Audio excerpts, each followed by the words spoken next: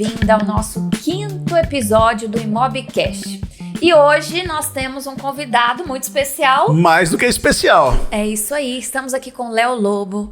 Muito obrigada pela presença, Léo. Satisfação estar com você aqui hoje. Obrigado pelo convite. Muito obrigado por estar aqui. Uma honra e um privilégio, né? Espero contribuir aqui com um pouco da minha vivência, um pouco da experiência para abrilhantar ainda mais esse encontro aqui de estrelas, né? Maravilha, Léo. Léo, vamos começar o seguinte. Quem é o Léo? Bom, eu sou um goiano, apesar de não parecer, eu sou daqui, eu sou da terrinha, eu sou filho de uma família bem tradicional, de médicos e advogados. Aí eu resolvi ser engenheiro. Você resolveu ser a ovelha negra da família, né? Eu resolvi, e eu sabia que desde cedo eu tinha que me virar sozinho, né? Então, eu aproveitei as oportunidades que eu tive com 16 anos. Eu passei no vestibular, fui fazer faculdade em São Paulo, estudei na USP de São Carlos e depois eu passei naquelas provas de trainee e fui trabalhar na Votorantim Cimentos. Então desenvolvi a carreira lá em São Paulo, né? Passei pela Votorantim Cimentos, pela Rossi Residencial e pela BR Malls, né? E ali eu estava com aquela vontade de mudar já, eu estava ali no auge da minha carreira como executivo, né? Já tinha conquistado algumas coisas importantes, mas eu queria trabalhar com o mercado de capitais. E aí eu recebi um convite de um investidor português, né?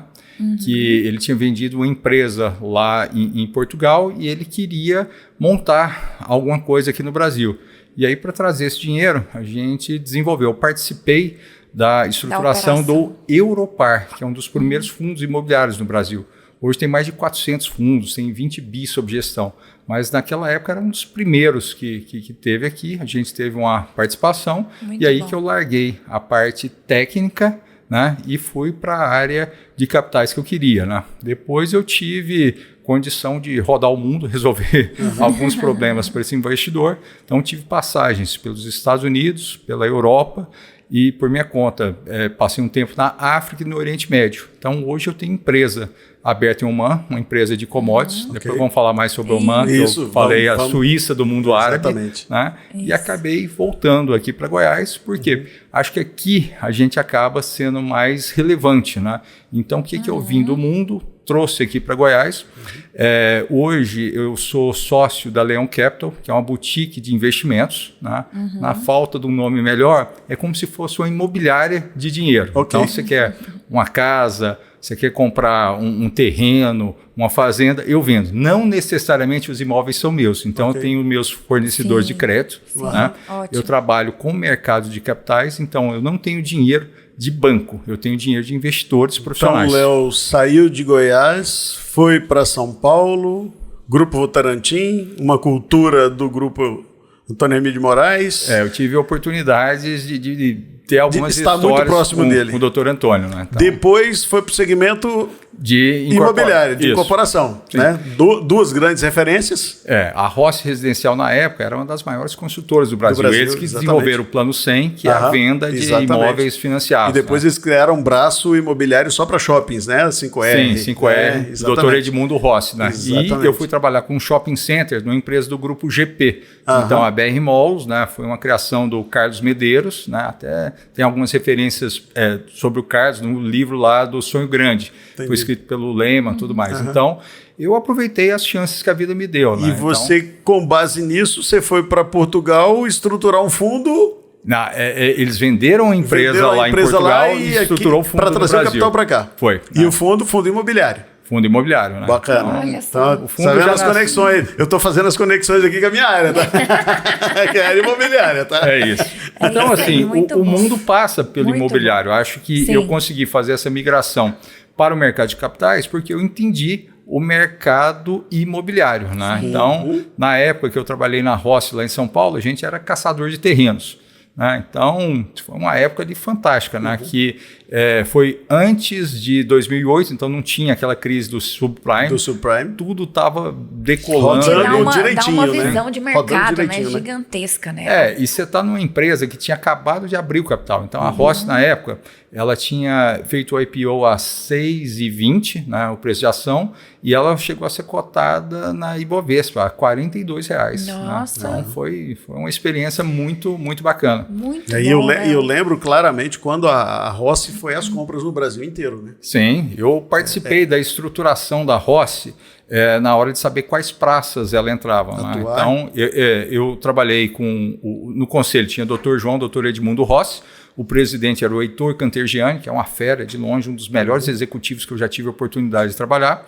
E eu trabalhei com Klaus Monteiro, que hoje é presidente do Alphaville Urbanismo. Né? Ele foi meu chefe direto lá, quando nós montamos o setor de inteligência comercial e financeira da Rossi. Então, a gente fez um trabalho lá para ver quais as praças a gente ia dividir para poder entrar. Né? A gente criou um índice lá que chamava IAR, Índice de Atratividade Rossi. Ok. Né?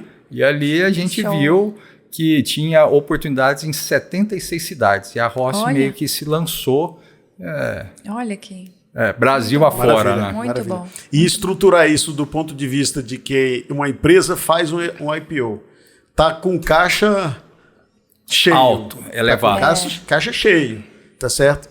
E se predispõe vamos ver aí no Brasil, qual que é o próximo destino, isso é maravilhoso de trabalhar. Isso, né? Só que assim, na época, hoje eu posso falar que o mercado já está mais consolidado e tudo mais. Que uma coisa é construir em São Paulo, então o mercado de incorporação é um mercado local. É muito difícil você conseguir replicar esse mercado fora ali da sua zona de controle. São outros fornecedores. São outros parâmetros completamente diferentes. Olha, muitas variáveis, né? Até falar da experiência lá no Votorantim. Então, olha só, você vai para um lugar, muda o tipo de areia, tem que mudar o tipo de cimento, a relação álcalis agregados, é uma coisa completamente diferente. Agora imagina você colocar um produto padronizado, né, e tentar replicar em 78 praças, que era o que a Rossi tinha, né? Meio que nessa época tinham o mercado era bem diferente, chegaram a abrir capital, coisa de 20 empresas que tinham capital aberto, né? Então, o dinheiro do IPO foi gasto em terreno caro. Aí faltou um pouco de dinheiro lá para construir as obras, todo mundo lançava, vendia tudo, né? E ali o mercado deu uma engasgada, mas não foi só aqui, foi no mundo todo. Né? E ali o pessoal teve que rever. Mas nisso se consolidaram alguns gigantes, né? Vou contar uma história pitoresca aqui para vocês.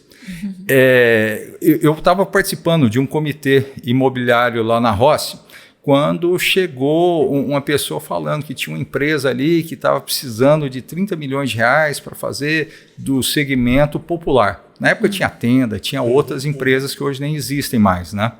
E ali o que acontece? Eu vi isso. O Heitor, ele falou assim, não, pode comprar que essa aí é uma boa oportunidade. Mas aí o presidente do conselho, o Dr. João Rossi, foi contra. Não é assim, Heitor, você tem que ver tal, né? E essa empresa se tornou a MRV. Entendi. Então a MRV, que hoje é uma potência. 12 bi de valor de mercado, na época estava assim, começando lá, engasgando com 30 milhões. Entendi. E até nos comitês de crédito, quando discordava o Dr. João e o Heitor Cantergiani, um virava e falava assim, e a MRV? Não, muda de assunto aqui, vamos embora. Então isso aí virou uma piada interna lá no grupo, né? Então eu tive a oportunidade de conviver com essas figuras e ver isso de perto. Né? Maravilha. Léo, e quem é o Léo?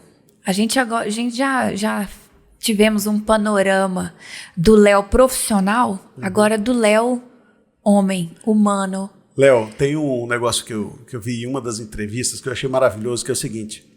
Me fala quem que é o Léo sem contar o que o Léo faz. Mas muito, muito bom, assim, né?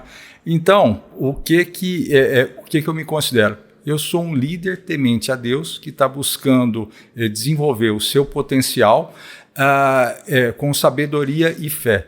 E o meu objetivo é transformar o invisível em visível. Eu vou do 0 ao 1 e nisso eu construo ideias, projetos, obras e tudo mais. Então, a minha contribuição para o mundo é, acho que, transformar realidades dentro de uma ética cristã, né? E, pessoalmente, eu busco sempre me superar, né? Então, assim, acho que eu comentei com vocês que no começo, quando eu saí de Goiás, eu era bem diferente, né? Então, hoje eu tenho 1,90 m, peso 100 quilos, mas quando eu saí de Goiânia, eu pesava 58 quilos. Né? Então, eu era muito magro, eu saí muito jovem, né? E eu resolvi que eu queria jogar polo aquático, que é um esporte e tal. Então, assim, demorou 3 anos até eu conseguir me firmar na equipe de polo aquático lá de São Carlos, mas isso mudou minha vida. Que, assim, eu deixei de ser um nerd magrelo e passei a ser um atleta. E eu fui um atleta da USP, e isso aí me abriu uma série de portas. Porque, assim... Não, te moldou, né? Querendo ou não, isso também é Olha, então, assim, na USP, eu não fui um bom aluno. Eu acho que eu me dediquei muito mais ao polo aquático que tudo mais. Só que eu desenvolvi outras características, né? Eu acho que a inteligência, o QI, é uma coisa que você nasce com isso, exatamente. E você está num ambiente que desenvolve e tudo mais, né? Então, eu tive a oportunidade de, nessa época, fazer festas, viajar com um time de polo aquático, e quando surgiu a oportunidade de arrumar emprego, no processo de trainee lá da Votorantim, eram 15 mil candidatos para 15 vagas, e eu passei em primeiro lugar. Caramba. Olha. E isso eu só consegui, por quê? Porque eu tinha um diferencial, né? Que não era só ter estudado na USP. Até não era só teoria, né? Era teoria, era prática e disciplina que o esporte te obrigou a ter, né? Na teoria, a prática é outra. Essa aí que é a história que a gente vai, né? Mas eu consegui reunir um bom grupo de características, né? Então, habilidades. O esporte me deu a confiança, a autossegurança, o esporte coletivo, principalmente, que ali eu pude ver que no polo aquático eu sou amigo dos meus colegas até hoje. Só que a gente se matava, né? Então, boa parte das cicatrizes que eu tenho no rosto foram meus amigos que fizeram, né? Mas eu sabia que, assim, olha, eu tenho que nadar mais rápido que ele, eu tenho que ser mais esperto que aquele, porque senão eles vão pegar o meu lugar. De fato, a gente brigava pelo lugar um do outro.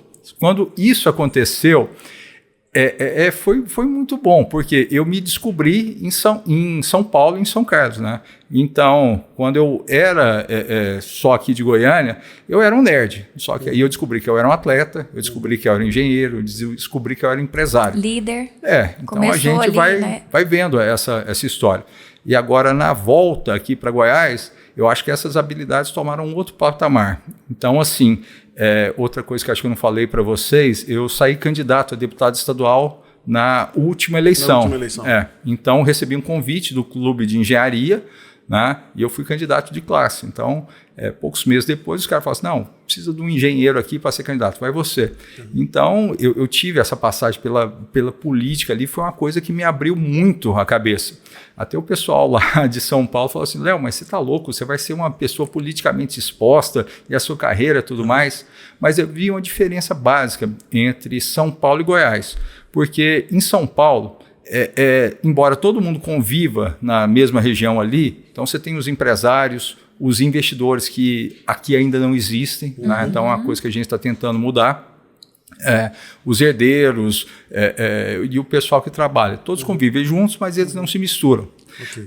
Aqui em Goiás, meio que a política é uma continuação da carreira. Então, quem tem dinheiro aqui é profissional liberal, é médico e advogado. Depois eles ganham dinheiro, compram fazendas, né? Que é o lazer e o investimento. Se tornam fazendeiros ou empresários rurais? Não, primeiro eles são fazendeiros. Geralmente a primeira geração são fazendeiros. Aí a segunda geração já monta um frigorífico, um curtume, alguma coisa, aí começa a industrialização. Nessa hora, o fazendeiro de primeira geração já prepara os filhos para assumir a indústria e vai para a política. Assim é o Sandro Mabel, assim é o Otavinho Lage, o Zé Garrote, vários que ali começaram com esse viés e estão indo aí, estão despontando.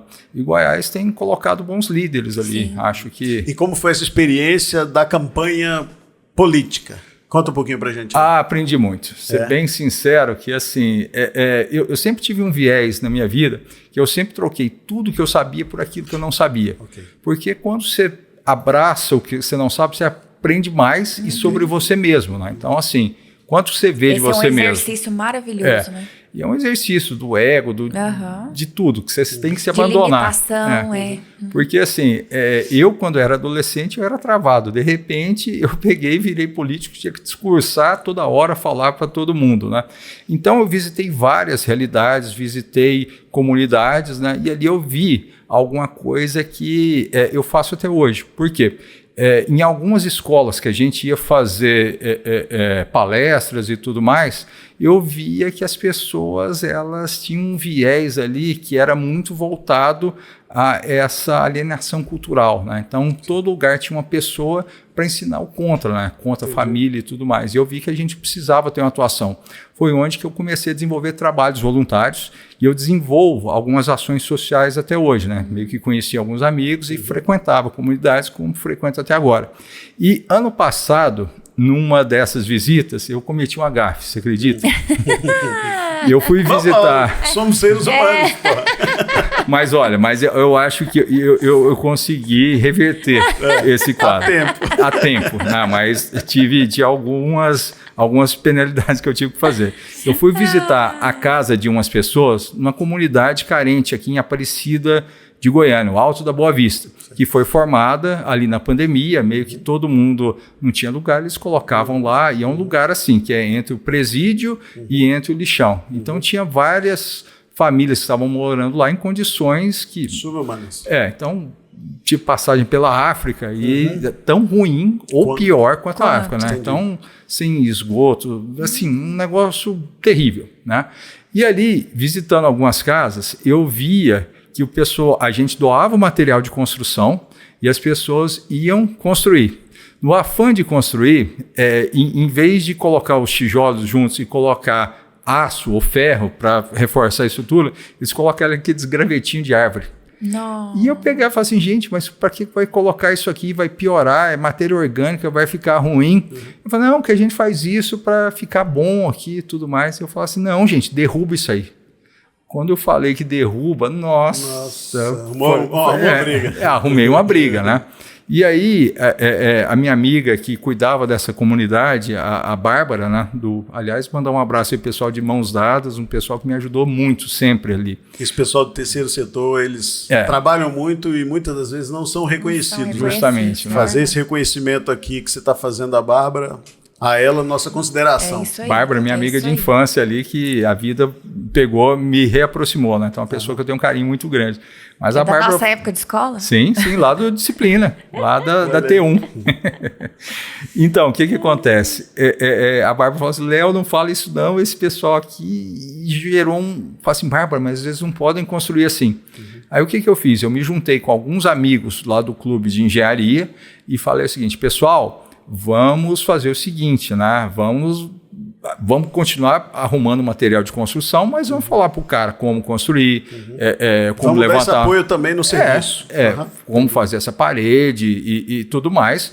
Porque às vezes a pessoa ela está lá vivendo na lona e chove, a lona cai. Né? Mas a lona cai, você levanta e guarda. Agora, quando a parede cai às vezes em cima de uma criança, um negócio que já chegou a acontecer ali. Então, foi bem difícil. Né? Então, a gente viu essa realidade. Mas aí, o que a gente conseguiu fazer? A gente dava essas palestras lá no local, né?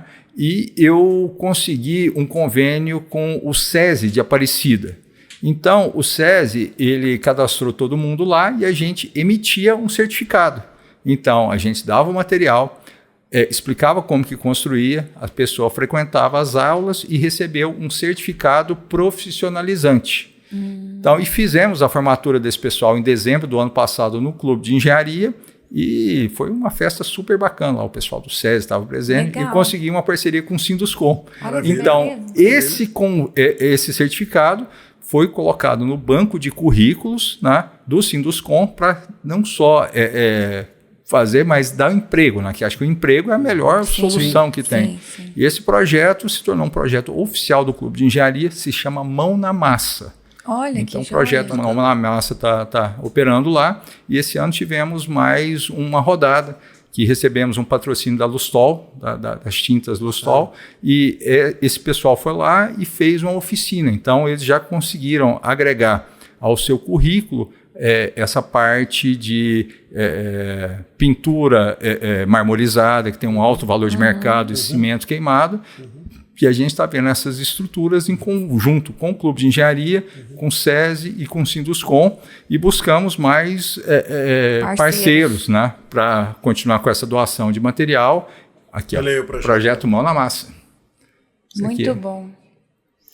Muito bom, Léo. Aí o pessoal de Mãos Dadas, isso é lá na comunidade, no Alto da Boa Vista. A gente procura fazer... Além de tudo, a gente precisa ter esse entendimento e esse olhar para o social, né? Sim. Muita gente, como você falou, tem sempre um que joga contra, né? Sim. Qual é seu interesse? Não tem interesse nenhum. Olha, tá certo? O interesse é fazer com que aquele público que está lá, tá certo? Ele tenha condição de melhorar. Eu tive a oportunidade de fazer um curso lá nos Estados Unidos, né? Em uma das minhas passagens por lá. E lá nos Estados Unidos, eles têm um viés que eu acho muito bacana. Eles falam assim, learn, earn, give back. Aprenda, ganhe, retribua. Porque aqui a pessoa fala assim, eu sou rico quando? Quando eu compro um carro, um avião, uma fazenda, eu me realizo materialmente. Lá, as pessoas se realizam quando elas doam. Então, você pega, vou dar um exemplo de um doador que às vezes eu me inspiro. O Bill Gates, Sim. Ele já saiu da Microsoft há mais ou menos 20 anos, né? E ele contratou uma pessoa do mercado de capitais, que é um dos segredos mais bem guardados, que é quem cuida do dinheiro do Bill Gates. Só que o Bill Gates, ele doou as coisas de 56 bilhões de dólares e continua um dos caras mais ricos do mundo. E isso é a vontade deles. Então, o Bill Gates e o Warren Buffett, eles têm aquele negócio de doar 90% da riqueza até o final da vida. Sim. Por quê? Esse dinheiro que passa meio que se torna uma maldição para a geração seguinte. E o Bill Gates ele tem uma frase muito interessante que ele usa para os filhos deles. Eu vou dar uma bolsa de estudos para meus filhos, uma bolsa lá de 10 milhões de dólares, e eu acho que eles vão... A partir daí é com eles. É com eles. Fala assim, não, mas você não vai dar a sua grande fortuna.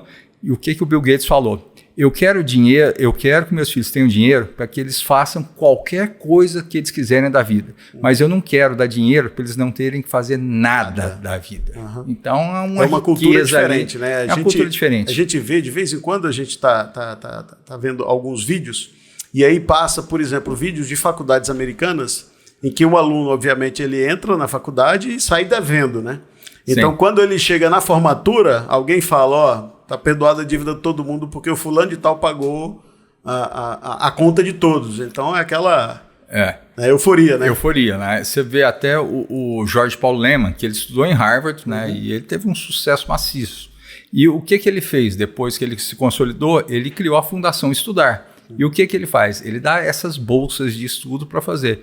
Que, assim, nos Estados Unidos tem ciclos, né? Às vezes você está em alta, está em baixa, mas o débito estudantil é uma questão que é muito forte, que às vezes esse dinheiro não volta ali, por algumas questões econômicas, né? Que vai.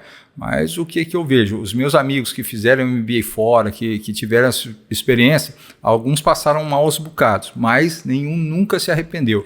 Porque esse conhecimento não é só o que se aprende, a lecture, a parte de... técnica, né? Mas é assim, é o network que você tem, a experiência que você tem e tudo mais, né? Então, eu tive oportunidade de fazer o MBA nos Estados Unidos, mas eu recebi um convite desse investidor português e assim, o que ele falou assim, na época, eu falei assim, Léo, você vai passar 2 anos da sua vida fora do mercado, você vai gastar $80 mil por ano e você vai voltar para concorrer com um monte de gente para ter uma posição que eu estou te oferecendo agora. Aí estou te antecipando o ciclo. Acho que ficou fácil, né? E depois disso, quando eu tive a oportunidade de conviver com um multibilionário europeu, né? Ele me abriu a cabeça para uma série de coisas. Então, eu acho que eu fui muito abençoado no começo da minha carreira, porque assim, eu trabalhei... Você teve grandes referências, né, Léo? Antônio Emílio de Moraes, no começo. Depois eu trabalhei com o Dr. João, Dr. Edmundo Rossi. Na BR Malls eu tive acesso ao Carlos Medeiros, o pessoal do Grupo GP. e depois o Varela, né? Antônio Marques Varela, que foi um grande mentor, uma pessoa que me catapultou, e aí fui para o mercado de capitais e minha carreira, meu networking se tornou global, né? Então, isso aí Muito bom.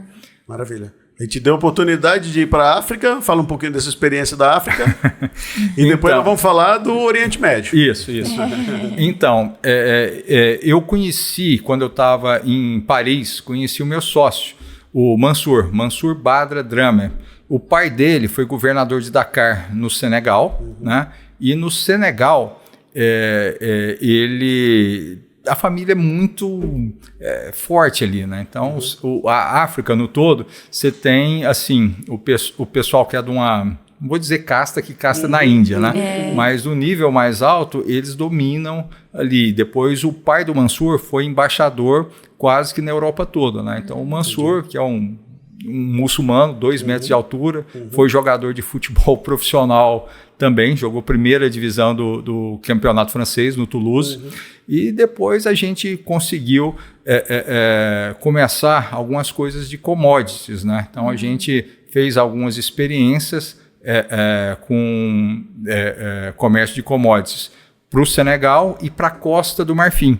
Eu tive passagem pela Abidjan, na Costa do Marfim, e por Dakar, no Senegal. O irmão do Mansour, o Alioune, ele é um banqueiro, né, que ele ocupou cargos importantes lá.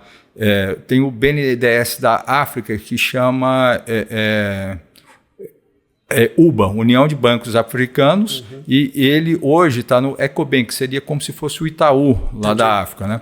E o Alioune, ele era private banker do pessoal da família real de Oman, né? E Oman é a Suíça do mundo árabe. Uma coisa levou à outra, e hoje eu tenho uma empresa estabelecida em Oman, em parceria com um membro da Corte Real de Oman, que foi apresentada pelo Mansour. Então, assim, acho que tudo são fases, né, Moroni? Que assim, eu saí daqui, estudei em São Carlos, Votorantim, Rossi, BR Malls, o Varela, Paris, o Mansour, e acabei indo lá. E é interessante, né? Igual a gente observa muito, Léo, isso, e a gente valoriza muito, né? Em todos os momentos que a gente reforça, inclusive com os nossos convidados, né? O quão relevante é o passo a passo, né? O nosso processo na vida. Né? E o quão importante é a gente valorizar cada um deles. Porque eles é que nos trazem até onde a gente está hoje. Né? Tanto as coisas boas quanto as coisas ruins. Que, assim, bem lembrado, isso. Eu acertei mais do que eu errei na vida, mas os meus fracassos também foram notórios. Assim, nossa. Né? E a gente aprende muito mais na derrota do que no sucesso, né? Sim. Porque quando o fracasso filtra amizades, filtra hábitos, comportamentos e tudo mais. E você acaba levando mais à frente. E nos realinha, né? Sim. O fracasso, ele tem essa abordagem, né, na nossa vida, de nos realinhar. Isso. Né? E você faz alguns questionamentos, né? Quando você perguntou assim, quem é o Léo sem fazer, o que faz? Eu já sabia, porque eu pensei nisso aí, eu tive a oportunidade de pensar há alguns meses. Então, tenho a minha missão, meus valores muito definidos. Todo dia de manhã eu repito isso aí, sabia assim, de bate-pronto, né? Mas se eu não tivesse tido momentos difíceis, que assim, mesmo a minha volta para Goiânia não foi programada, né? Então, eu tive um problema de saúde, me separei, né? E nessas horas só a família cuida. Então demorei muito tempo até me recuperar, e aqui a volta para Goiânia foi meio complicado, porque quando eu voltei eu tinha um salário muito alto, né? Eu ganhava em dólar, tinha algumas questões, e procurei fazer o que eu fazia lá na Europa e tudo mais. Quando não tinha, eu falei assim, olha, então vou criar o meu. E foi quando eu usei o meu networking para trazer esses fundos que hoje estão comigo ali na FIEG. A gente está buscando fazer aquelas operações de crédito, dívida e equity. E assim, acho que é uma oportunidade da vida, porque assim, a gente nunca sabe olhando para frente, mas olhando para trás, eu quero poder contar para os meus netos que eu tive o início do mercado de capitais para o agro em Goiânia. Fui eu que desenvolvi algumas coisas, né? O mão na massa, que é uma coisa que eu já vejo. E hoje eu ainda busco 3 coisas na vida. que é a coisa do... Assim, eu vou falar uma palavra forte, mas é isso que Deus botou no meu coração, né? E se Ele botou, tá. Eu quero 3 coisas na vida ainda.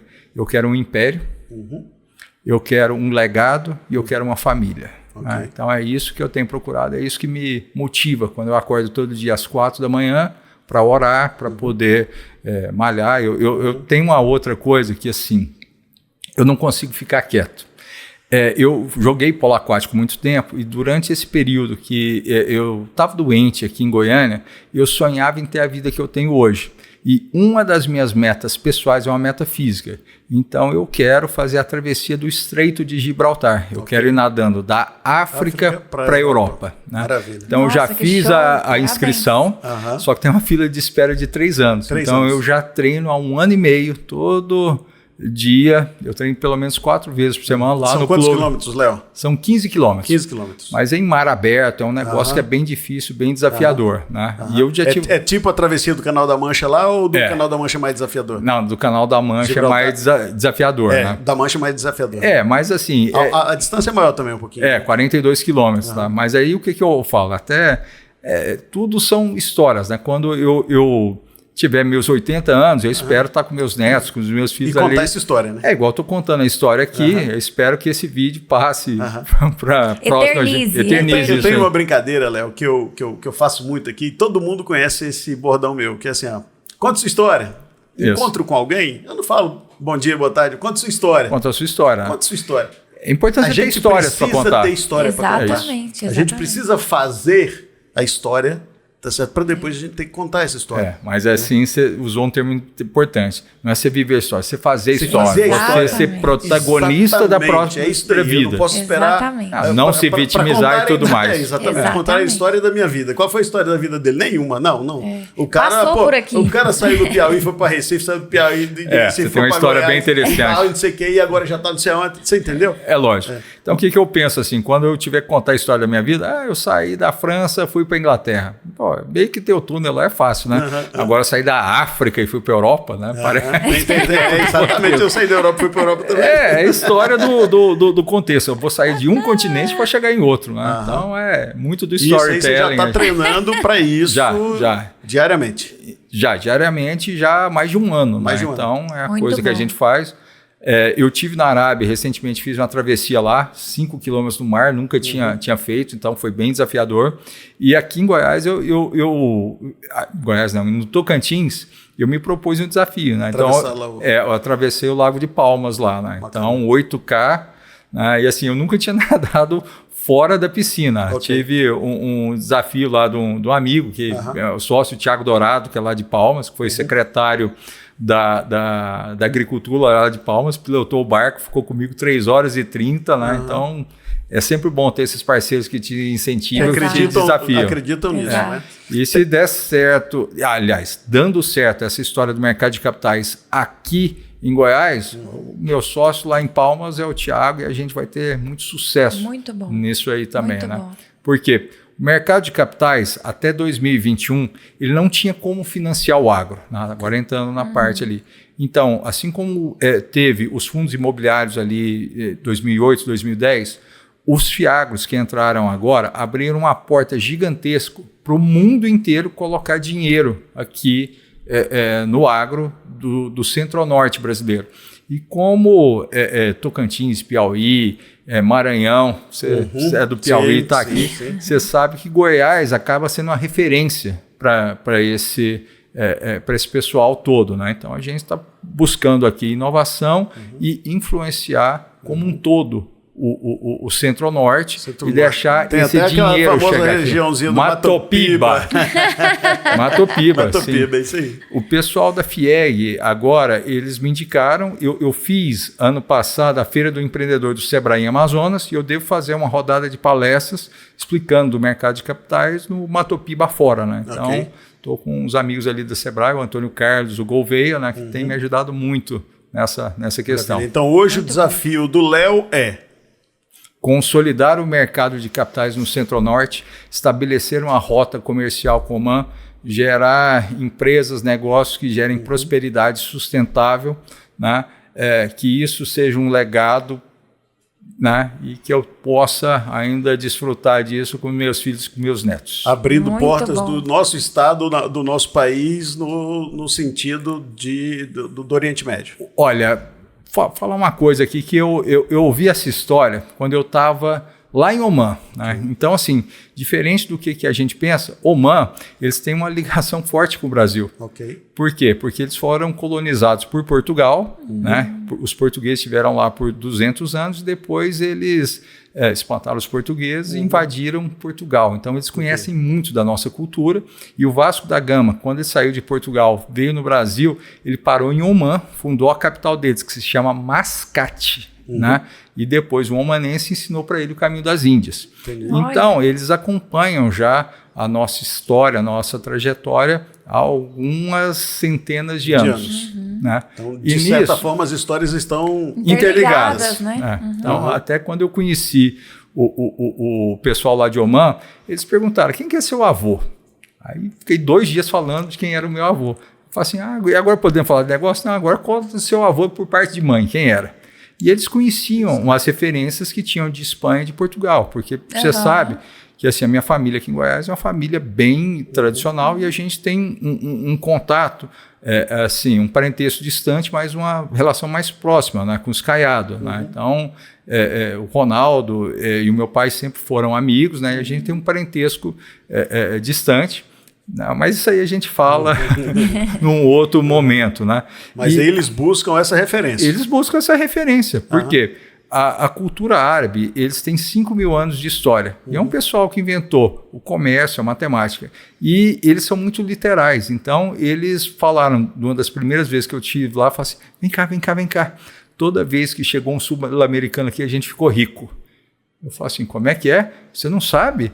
Você é brasileiro mesmo. Mas eles usaram esse termo brasileiro de uma forma pejorativa, Entendi. Que depois eu fui entender. E isso aí tem muito a ver com a nossa identidade. Olha só abrindo um parênteses aqui. Quando você pega brasileiro, não é uma nacionalidade, é uma profissão. Explica melhor, Léo. Tá, então olha só. Você Interessante. pega um americano, um francês, um inglês, um angolano, eles não têm essa terminação eiro. Essa terminação eiro tem a ver com trabalho. Certo. Então, se é um pedreiro, um padeiro, um carpinteiro, um oleiro. O que é um brasileiro? Brasileiro é a pessoa que pegava o pau-brasil, levava para a costa e entregava para alguém. Embarcava lá, né? Então, esse é o trabalho do brasileiro. E a gente, de ter o pau-brasil, a gente foi se tornando brasileiro. Mas para o gringo, ele enxerga a gente como sendo brasileiro. Quando você pega o inglês, né, que eu sou muito ligado a essa questão da língua, você pega brasileiro e inglês, como é que é? É Brazilian. Você traduzindo ao pé da letra, é brasiliano. Em francês, brasilien. Brasiliano. A nossa nacionalidade, somos brasilianos. Brasileiro é uma profissão. Okay. E qual que é a profissão do brasileiro? Pegar o dinheiro, ou as riquezas, colocar nas costas e outro fazer.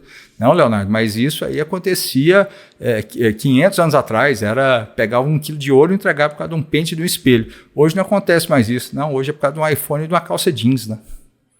Então, quando você entende isso aí... Culturalmente... Isso, eu aprendi em Omã. Né? E os omanenses, o que eles falaram? Assim, Léo, o Brasil enriqueceu o mundo inteiro 5 vezes. Então, ciclo do pau-brasil, que só tinha no Brasil. Sim. Ciclo da borracha, que só tinha no Brasil. Né? Ciclo do ouro, que o ouro que foi extraído aqui no Brasil... pelo tratado de queijos e vinhos com Portugal, acabou indo para a Inglaterra. Né? Então, teve a Revolução Industrial. Então, o ouro que hoje movimenta o pound, que é uma das moedas mais fortes do mundo, é do Brasil. Então, a origem é nacional. É, nacional. Né? O ciclo do café e o ciclo do açúcar. Tá? Então, você veja que como o pessoal vê isso aí. Não, Leonardo, mas hoje a gente está numa situação muito difícil. Tá nada. A gente está colocando grafeno, está colocando nossas terras raras aí, a gente ainda não percebe disso. Então, o que eu vejo, assim, as minhas andanças pelo mundo, o que serviu? para ter uma consciência da nossa nacionalidade Ok. e da nossa identidade. Então, eu acho que eu estou aqui buscando ser um líder, trazer o que eu vi do mundo, trazer esse dinheiro do mercado de capitais, abrir essa rota comercial, conseguir botar um legado de forma que a gente consiga ter mais orgulho de ser brasiliano.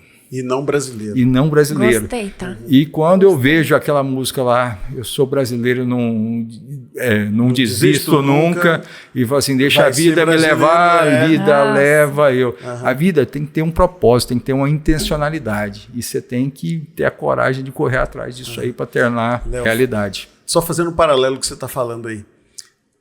Primeira vez que eu fui para os Estados Unidos, tinha um goiano que morava lá, que é o Klaus, grande amigo nosso até hoje, e ele falava assim, Moroni, é tão diferente as culturas que as músicas de ninar aqui das crianças é dizer que ela vai ser uma princesa maravilhosa, não sei o quê. E lá não, vocês cantam tirei o pau no gato. Boi se o gato- da boi da cara cara preta. como esse menino que tem medo de cair. Você entendeu? Então, começa por aí a diferença. incrível. Entendeu? Começa por aí a diferença cultural do que é o que a gente está preparando para gerações futuras. Exato.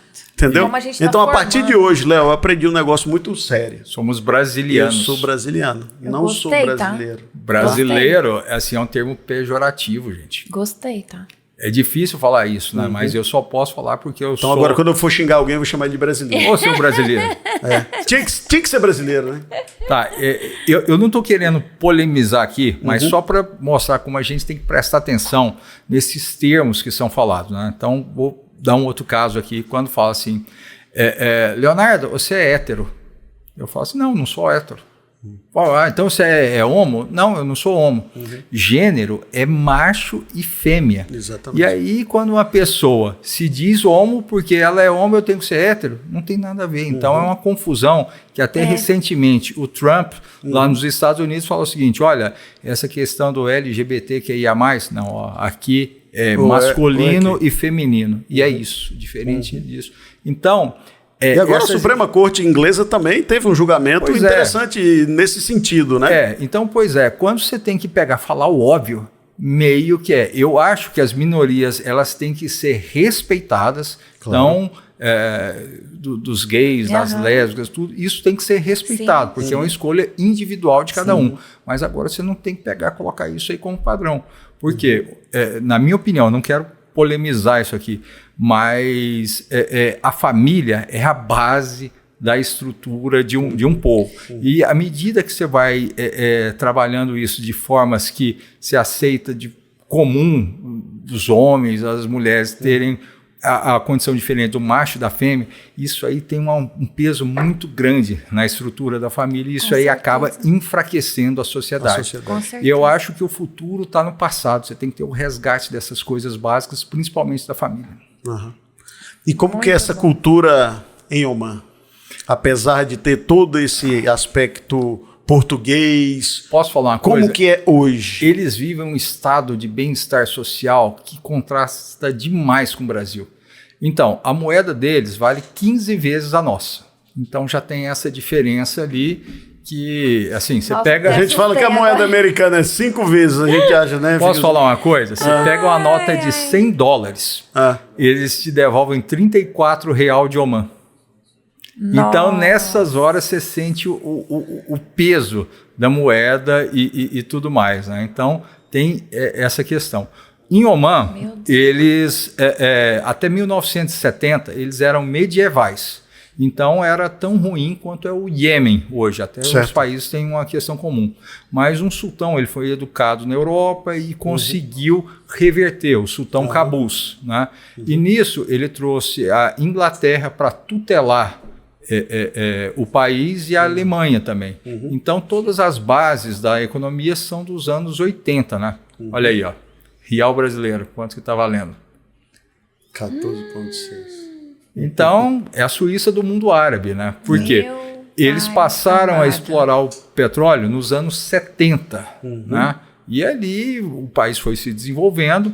E... mais ou menos ali, aquela região toda, Emirados Árabes Unidos, tudo ali, né? Tá, então o Catar, Dubai, tudo Catar, tudo ali, dessa hora. Mas Oman, eles têm uma questão que eles não se envolvem em conflitos. Ok. E, assim, eles foram o primeiro país a reconhecer a independência dos Estados Unidos, então eles têm uma relação muito forte com a Inglaterra. E como eles não se envolvem em conflitos, eles fazem o que a Suíça fez na Primeira Guerra Mundial. Então, a Primeira Guerra Mundial, se você é aliado, se você é nazista, tal, ele deixa seu dinheiro aqui, quem morreu, o dinheiro é meu. Quem voltar, eu devolvo uma parte. Então, eles fazem essa parte de serviços financeiros. Tem o aluguel de bases, né, que eles alugam bases para os Estados Unidos e para a Inglaterra. Então, eles conseguiram segurar o país sem ter que gastar um centavo. Né? Tem bomba atômica lá e muitos dos acordos de paz que são negociados da região são negociados em Omã. Então, é um país muito estável. Né? Então, receita E aí, todo avião que sai de Abu Dhabi, de Dubai, vai para a China e para a Índia, passa nessa zona de exclusão aérea, paga um pedágio aéreo. Paga um pedágio aéreo. Mesmo passando lá em cima. Não interessa. Passou aqui Passou em cima, aqui, paga. Vai o Pix lá na tem conta. Um Pixzinho, né? lá. Então veja que eles desenvolveram uma série de receitas. Então tem receita do petróleo, do aluguel das bases, do pedágio aéreo. Estão desenvolvendo muito forte turismo, porque lá tem uma cadeia de montanhas que impede o deserto de chegar. Então é um clima mais fresco, mais aprazível, assim. E os ricos lá daquela região, eles têm casas de veraneio lá. Então o mercado imobiliário é bem pungente lá. E eles desfrutam um estado de bem-estar social que é muito grande, né? A população de Omã é pequena. É uma população que você tem 5 milhões de habitantes. 2,5 milhões são de imigrantes, principalmente da Inglaterra, da Alemanha, da Índia e das Filipinas. Né? Então, mão de obra mais qualificada da Inglaterra e da Alemanha, a mão de obra mais normal ali da Índia e das Filipinas. Né? Sobra 1,5 milhão de pessoas. Né? Só que aí metade são mulheres. Né? E a mulher na cultura árabe acaba tendo uma função assim mais dentro do lar. Né? Mais familiar. Nisso, você sobra 750 mil homens. Você tira a metade, que são pessoas menos do que 15 anos de idade, numa população economicamente ativa. Sobra 325 mil pessoas. Tira 25 mil que são velhos, sobra 300 mil pessoas, que é a população economicamente ativa de Omã. Eles exploram coisa de 1,5 milhão de barris de petróleo dia. A Petrobras, acho que é 3 milhões e pouco. Só fica variando aí 2.600 a 3? Você pega ali, é uma população muito menor. E hoje o principal mal de Omã é o desemprego. Então, 1/3 da população não tem emprego, porque a geração de renda ela é toda passiva. É intensiva de mão de obra. 1/3 trabalha com o governo e 1/3 empreende e tudo mais. Né? Só que com esse recurso todo, o pessoal dá uma Bolsa Família, que é coisa de 3 mil reais Omã. Que equivale a 50 mil reais. Não paga imposto. Então, as famílias lá, eles têm 8 filhos, 10 filhos, 12 filhos. É um estado de Como é a cultura, né? É muçulmana. Região, só que assim, todo mundo vai estudar na Inglaterra, nos Estados Unidos. Quando volta, o governo incentiva para abrir empresa. E é um país muito aberto à empresa de fora. Então, eu abri a minha empresa lá, foi um dia. Abri empresa na Zona Franca de Salalá, né? Pessoa física lá não paga imposto de renda, pessoa jurídica é 5% do lucro real. Então, assim, é um lugar que é bom demais para ser verdade. Está falando assim, venham. É convidativo para o mundo inteiro participar lá. Então, assim, uma coisa que eu vejo que é a diferença aqui no Brasil. Aqui no Brasil, você tem 200 milhões de habitantes. Você tem cerca de menos de 1% da população são imigrantes e tudo mais. Você tem descendentes, mas imigrantes no Brasil é pouco. No Brasil, quase menos de 5% da população fala inglês. Lá em Omã, 98% da população fala inglês. São alfabetizados e tudo mais. Então, é um país muito convidativo. A outra coisa que é muito importante assim, do mundo árabe, você pega em Dubai, que estão 3 milhões de habitantes, 92% da população são de 40 nacionalidades. Quase você não vê árabe em Dubai. Né? Nos Emirados Árabes inteiros, também os árabes que estão lá não chegam a 1 milhão de pessoas. Então, o árabe ele é muito bom nessa hora de falar assim, olha, o que você faz? Você atrai o capital, você atrai as boas pessoas, coloca uma condição lá e vai. Porque hoje em Dubai, ninguém quer ser rico na Europa e pagar aquelas taxas absurdas. Louca, né? Então, todo mundo que fica rico na Europa vai lá para Dubai.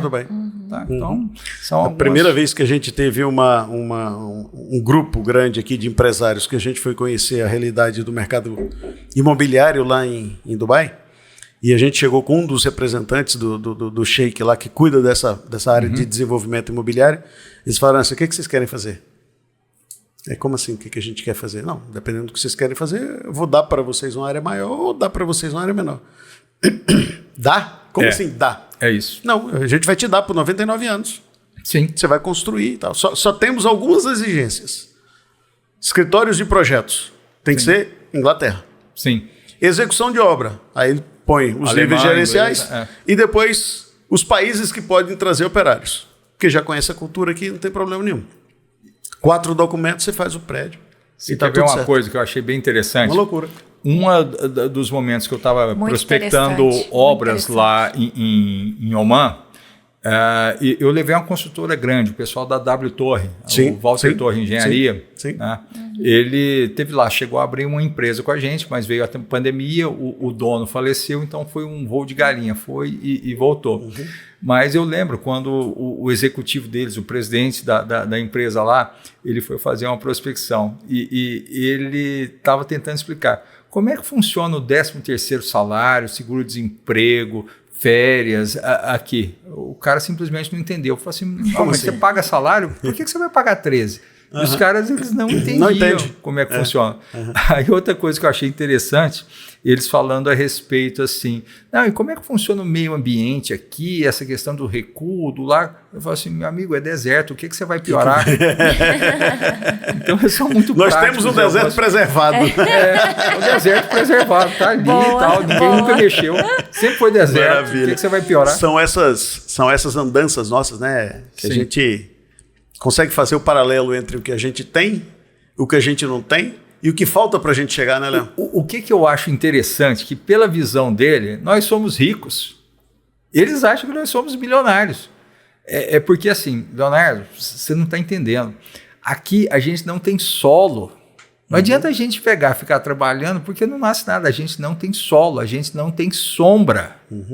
Lá no Brasil, vocês são tudo ricos. Você está andando na rua, passa no lugar, tem uma laranjeira. Você pega a laranja, chupa a laranja, cospe do lado, nasce outra laranja. Como é que vocês não são tudo bilionários? Se plantando, tudo dá. Então, meio que o árabe, ele é muito consciente, porque para ele sair do ponto A e para o ponto B, é uma decisão de vida ou morte. Porque assim, se acaba a água, se acaba qualquer coisa, então eles são muito intencionais e eles são muito literais. Eu acabei pegando um pouco desses traços para a nossa realidade aqui. Então, acabei me tornando assim, uma pessoa bem mais literal e consciente. O que eu estou achando interessante é o seguinte, e o Léo andou esse mundo inteiro e voltou para Goiás para fazer com que aqui a gente tenha pelo menos um pouco dessa cultura que ele buscou lá fora para trazer.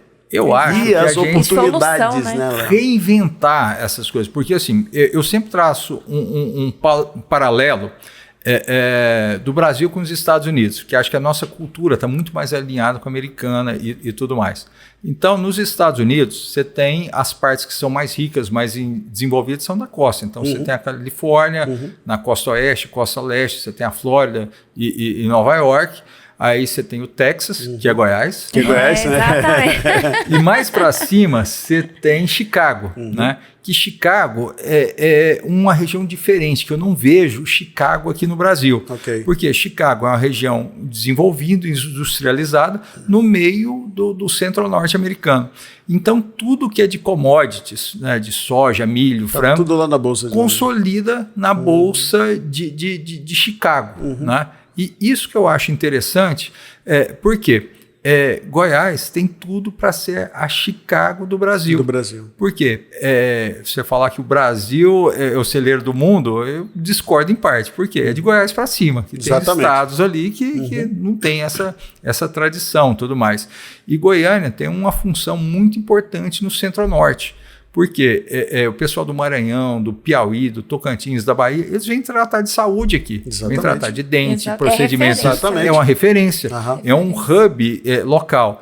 O pessoal vem aqui para 44 para ver questão de moda. A gente já exporta isso para o Centro-Norte todo.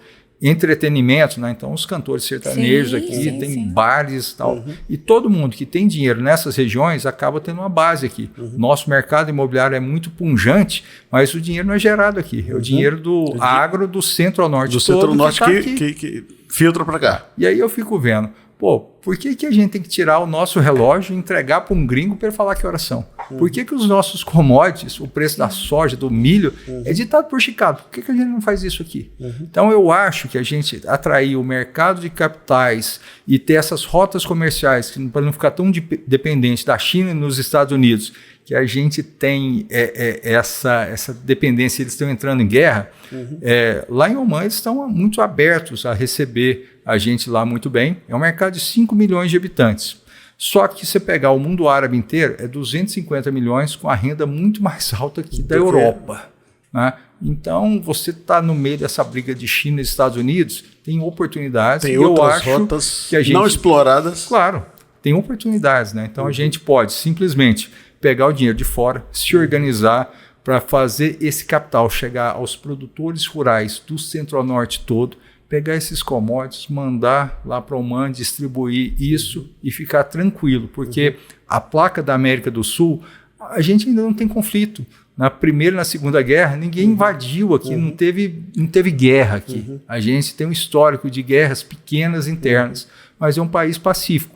Só que assim, a gente tem que deixar de ser brasileiro, entender a nossa consciência, ser brasiliano e começar a colocar esses projetos em curso para longo prazo. Eu acredito muito no Brasil, eu acho que, apesar de todas as dificuldades, aqui é o lugar que dá certo. Olha só, papo bom, hein? Demais. Obrigada, viu, Léo? Obrigado pelo convite, pessoal. Que passa rápido, meu Deus! Quando a conversa é boa, boa. Muito o tempo obrigada. passa muito rápido. Obrigado, Léo, obrigado muito pelo obrigado. À disposição. Dá um recado final aí para o nosso... Oi? Ah, sim, claro! Vamos aqui mostrar o Instagram do Léo. Isso. Olha só, quem quiser saber um pouco mais, acompanhar ali. Tem a minha empresa aqui em Oman, a Broman, que pode falar, passa um pouquinho para baixo. Aqui o meu sócio lá, as coisas que a gente anda fazendo e os vídeos que a gente está trabalhando sobre o agro e tudo mais, né? A gente querendo trazer o mercado de capitais para o agro e fazer isso se tornar uma realidade, né? Maravilha. Então você quer conhecer o trabalho do Léo, ver qual é esse desafio que ele está trazendo do mundo para cá, para a nossa região, para o nosso estado, tá certo? Acompanhe os vídeos todos que ele tem salvo aqui nas redes sociais dele. Como soluções, né, para transformar nosso Goiás, Brasil, trazer novas referências. Se você entender quem é o brasileiro, quem é o goiano hoje tem uma função muito importante no mundo. Estava contando uma história mais cedo, que ano passado nós recebemos um embaixador chinês aqui na FIEG. Eu estava lá, recebi isso aí, e estava contando que teve uma grande empresa que mandou um representante fazer uma apresentação em inglês. A pessoa não falava muito bem inglês. Isso aí causou um certo constrangimento. Quando o embaixador chinês levantou e falou em português. Eu entendo tudo isso que vocês falam. Vocês podem falar em português que eu estou aqui para ver. Então, imagina quanto tempo demorou para um chinês falar português e estar aqui. E foi a primeira vez que o embaixador chinês estava aqui. Ele estava representando o Xi Jinping, que é um peso muito grande. Uma potência. E nesse momento a gente tem um representante, um governador, tem pretensões de ser presidente e acho que pode colocar Goiás num patamar que nunca teve. Né? Inclusive, Léo, foi ano passado ou foi ano retrasado que teve aquela missão que foi lá para a China? Foi ano governador? Foi ano passado, né?